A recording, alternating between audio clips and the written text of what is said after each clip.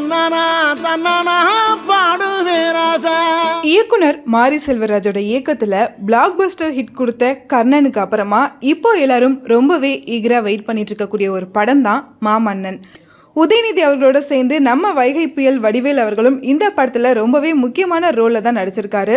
நடித்தது மட்டும் இல்லாமல் இசை புயல் ரஹ்மான் அவர்களோட மியூசிக்கில் முதல் முறையாக நம்ம வைகை புயல் வடிவேல் அவர்கள் பாடியிருக்காரு. அந்த பாட்டு தான் இப்போது மாமன்னன் படத்தோட ஃபர்ஸ்ட் சிங்கிளாக ரிலீஸ் ஆகியிருக்கு. வடிவேல் அவர்கள் பாடின பாடல்கள் எல்லாமே அதிகமாக குத்து பாடல்கள், கிராமிய பாடல்களாக தான் இருக்கும். இப்போ மாமன்னன் படத்தில் ஃபர்ஸ்ட் சிங்கிளாக ரிலீஸ் ஆகியிருக்க ராசாக்கான பாட்டு ஒரு ஒப்பாரி பாடலாக வந்திருக்கு. பாட்டோட ஃபர்ஸ்ட் விஷுவல் ஓப்பன் பண்ணும்போதே தெரிஞ்சிருச்சு மலைப்பகுதிகளில் வாழக்கூடிய மக்களோட கதையை தான் நம்ம இந்த படத்தில் பார்க்க போகிறோம் அப்படின்னு.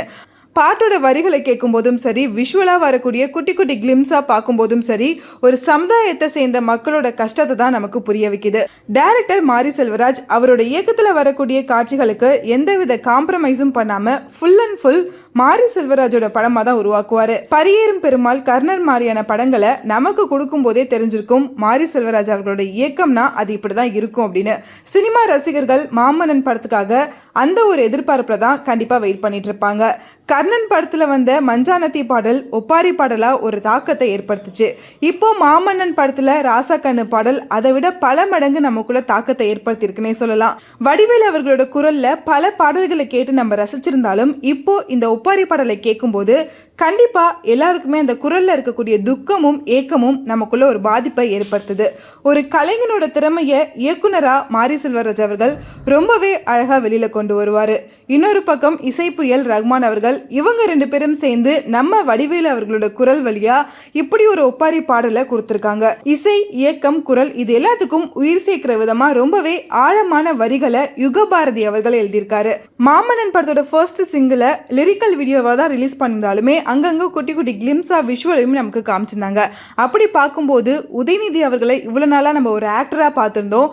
பட் இந்த படத்தில் உதயநிதி அவர்களை ஒரு பர்ஃபார்மராக பார்க்க போகிறோம் அப்படிங்கிறத அந்த டான்ஸ் சீனில் அவர் எந்த அளவுக்கு எமோட் பண்ணியிருக்காரு அப்படிங்கிறத பார்க்கும்போதே தெரியுது. மொத்தத்தில் யாருமே எதிர்பார்க்காத இப்படி ஒரு தாக்கத்தை ஏற்படுத்தி இருக்க ஒப்பாரி பாடலை தான் மாமன்னன் படக்குழு நமக்கு கொடுத்துருக்காங்க.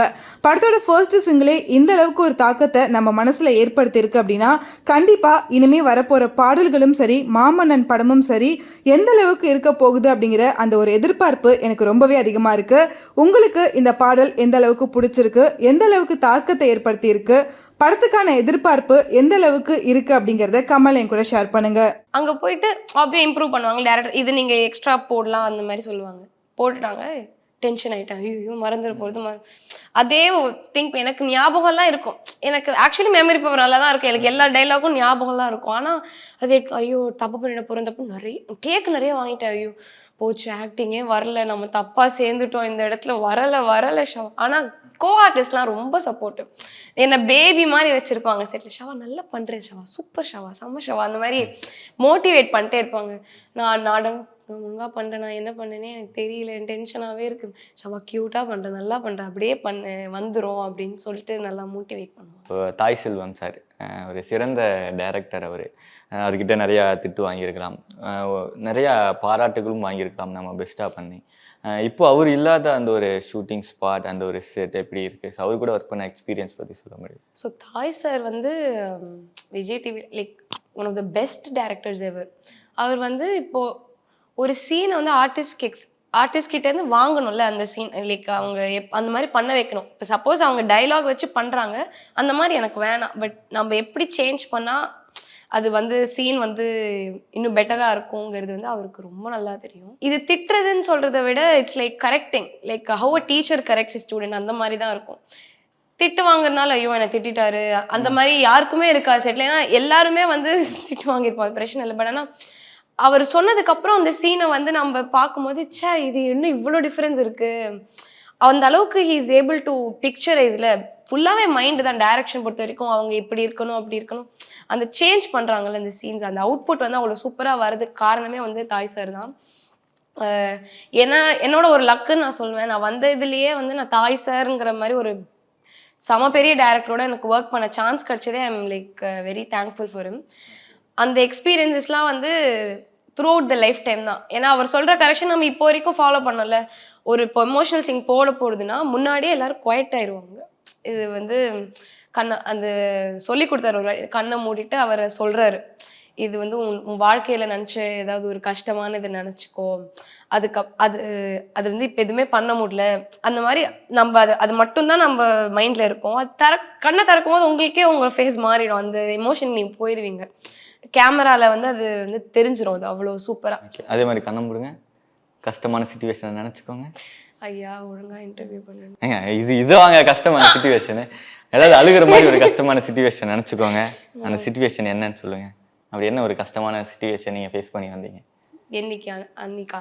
இன்னைக்கு நம்ம அந்த தாய் சொல்லுவோம் சார் சொல்கிறாரு அப்படிங்கும்போது உங்களோட லைஃப்பில் நடந்த நிறைய அந்த பேட் மூமெண்ட்ஸு, பேட் திங்ஸ் அதெல்லாமே யோசிச்சு பார்க்கும்போது தான் கண்ணிலேருந்து தண்ணியெல்லாம் வந்துருக்கும் இல்லையா? இப்போவே வந்துருச்சு. இப்போவே வந்துருச்சா? Very good, interview success. நீங்கள் சொல்லுங்கள். என்னது இன்னைக்கு அந்த மாதிரி பேட் மூமெண்ட்ஸ் தான் எனக்கு கஷ்டமான மொமெண்ட்ஸ்னால், நான் வந்து ஃபுல்லாகவே ரொம்ப கொஞ்சம் குவைட்டான சொல்கிறேன்ல, it took a lot for me to come out of my shell. இந்த மாதிரிலாம் நான் வந்து ஒரு 3 years பேக்லாம் பேசியிருக்கவே மாட்டேன். புதுசாக ஒரு ஆள்கிட்டலாம் சான்ஸே கிடையாது. அந்த மாதிரி ஒரு பொண்ணு தான். அந்த மாதிரி பொண்ணு மீடியாவுக்கு வர முடியுமா, நம்மளால பண்ண முடியுமா அப்படின்னு நான் நிறைய யோசிச்சிருக்கேன். Because my height was also bit short. நம்மலாம் வந்து எப்படி கஷ்டம் தானே, நமக்கு அது செட் ஆகாதே அப்படின்னு நடுவில் இந்த மாதிரி இப்போ சப்போஸ் டேக் அந்த மாதிரி வேணா அது தோணும் கண்டிப்பாக. am I making the right choice, am I making the right choice? But ஆனால் ஒரு குட்டை நமக்கு இருக்கும்ல, இல்லை ஷவா அது எப்படி நமக்கு வராமல் போகும், இந்த இவ்வளோ நம்ம ட்ரை பண்ணியிருக்கோம், வந்திருக்கு டான்ஸு எது எல்லாமே ஹார்ட் ஒர்க்னால தான். டான்ஸுமே வந்து அப்படியெல்லாம் வந்துடாது உங்களுக்கு. You have to work on it. Even for studies you have to work. why can't you work in this too, why can't you have it? அந்த மாதிரி நானே என்னை மோட்டிவேட் பண்ணிப்பேன். கண்ணாடி முன்னாடி வந்து டான்ஸில் வந்து ஒரு டெக்னிக் ஆக்சுவலி எல்லாமே வந்து உங்கள் மிரர் முன்னாடி நீங்கள் பண்ணணும், இல்லை வீடியோ எடுத்து வச்சிரும், அதுக்கப்புறம் தான் நம்ம என்ன பண்ணியிருக்கோம்னு தெரியும். ஸோ அந்த மாதிரிலாம் நான் வந்து ட்ரை பண்ணியிருக்கேன். இது ஆக்சுவலி மற்ற ஆர்டிஸ்ட்க்கு தெரியாது, பட் அவங்க பண்ணுறதுலாம் நான் ரொம்ப நிறைய நோட்டீஸ் பண்ணேன். இப்போது கேபி அழறது ஒரு விதமாக இருக்கும், சித்து அழுது ஒரு மாதிரி இருக்கும், திரவ் பண்ணுறது ஒரு மாதிரி, ஸ்வாதி பண்ணுறது அந்த எல்லாமே நான் வந்து நோட்டீஸ் பண்ணேன். இப்போ நாம் வந்து நமக்கு அந்த சீனில் டைலாக் இல்லைன்னா நம்ம பின்னாடி நின்றுருப்போம், அவங்களோட நம்ம பேக் தான் இருக்குது, ஷோல்டருக்கு தான் கேமராவில் இருக்குன்னா ஃபுல்லாக பார்ப்போம். ரொம்ப அழகாக அவங்க பண்ணியிருப்பாங்களா. ஸோ அதனால் அது நான் வந்து ட்ரை பண்ணியிருக்கேன் வீட்டில் வந்து, சும்மா யாருமே இல்லாத போது, இல்லைன்னா யாராவது பார்த்தா ஐயோ நம்ம ப்ராக்டிஸ் பண்ணும்போது பார்த்தா லைட்டாக எம்பாரஸ் ஆகிடும்னால நான் மட்டும் தனியாக இருக்கும்போது I tried reciprocating it. So எல்லாரும் எதிர்பார்த்துட்டு இருந்த மாதிரியே நம்ம பார்த்திபன் அண்ட் காவியா அவங்க 2 பேரோட கல்யாணம் வந்து முடிஞ்சிருச்சு. அது ஒரு பக்கம் சந்தோஷமாக இருந்தோம். திடீர்னு பார்த்தா இந்த பக்கம் ஜீவா பிரியா அவங்க 2 பேரும் பிரிஞ்சு போயிட்டாங்க.